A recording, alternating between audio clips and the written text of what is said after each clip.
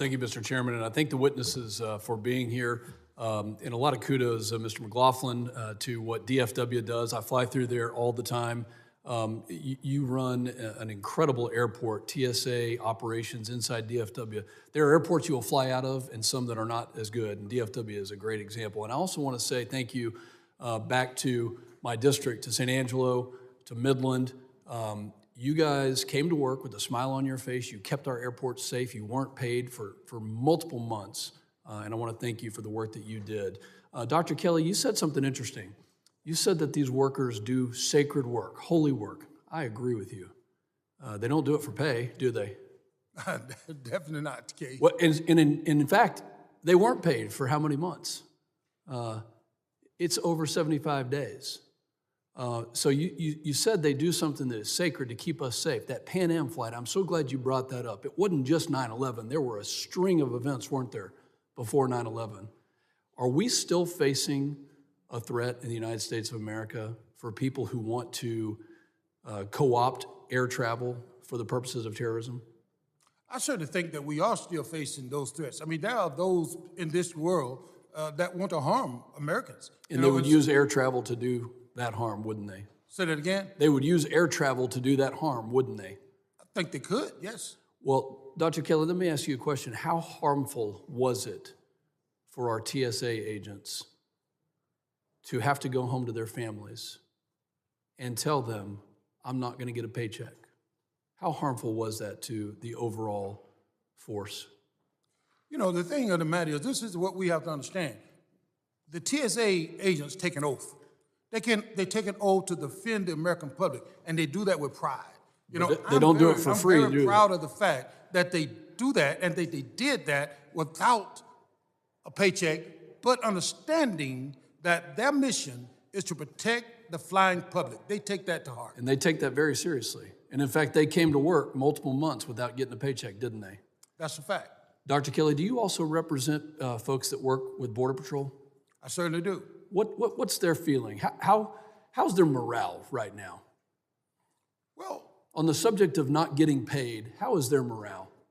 You know, I think anybody's morale is down when they're not getting paid, but they too understand the mission. They too understand that they're working for the American public. How many months can they go with a Congress telling them that they don't want them to exist?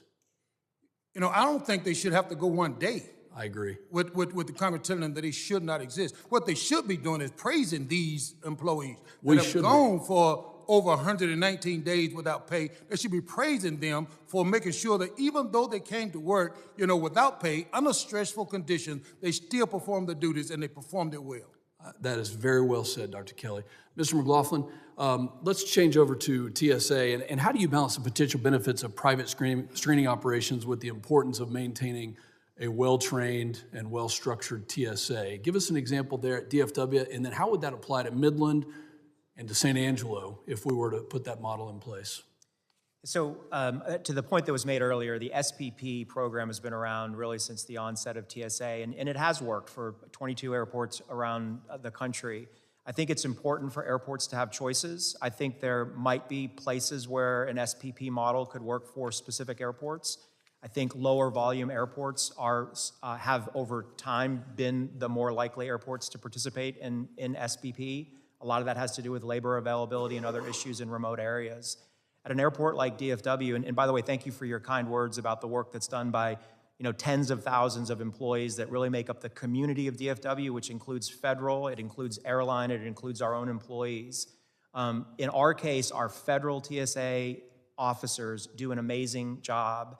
Even during the shutdowns at DFW, we did not experience the line waits that others saw around the country. And I attribute that to the quality of the leadership at DFW as well as the quality of the workforce. They were showing up without fuel in their car. They were showing up making choices between feeding their families and taking on a side job. How tragic is that? It is, but it speaks to the quality of the workforce, and that should be commended. I maintain good contact with Ms. Smith at DFW, Wonderful. And a lot of praise for her continuing to motivate those. And Mr. Sununu, very quickly, how important is it for the folks that you represent to have an operation that keeps the airline and air traffic safe, specifically TSA and their associated entities. The national airspace is a public-private partnership, right? So I represent the airlines, much on the private side. And on the public side, you have the air traffic controllers, the TSA agents, all those pieces.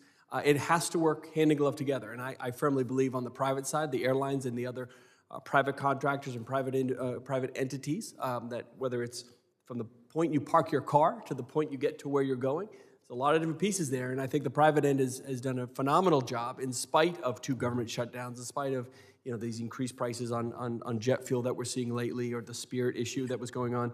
I'm sorry, my time has expired. Yeah. Any further thoughts on that, please, in writing? No, just that the government has to do their job. They got to pay their employees. Period. End of story. No excuses. Political issues don't matter. Thank you. I yield back.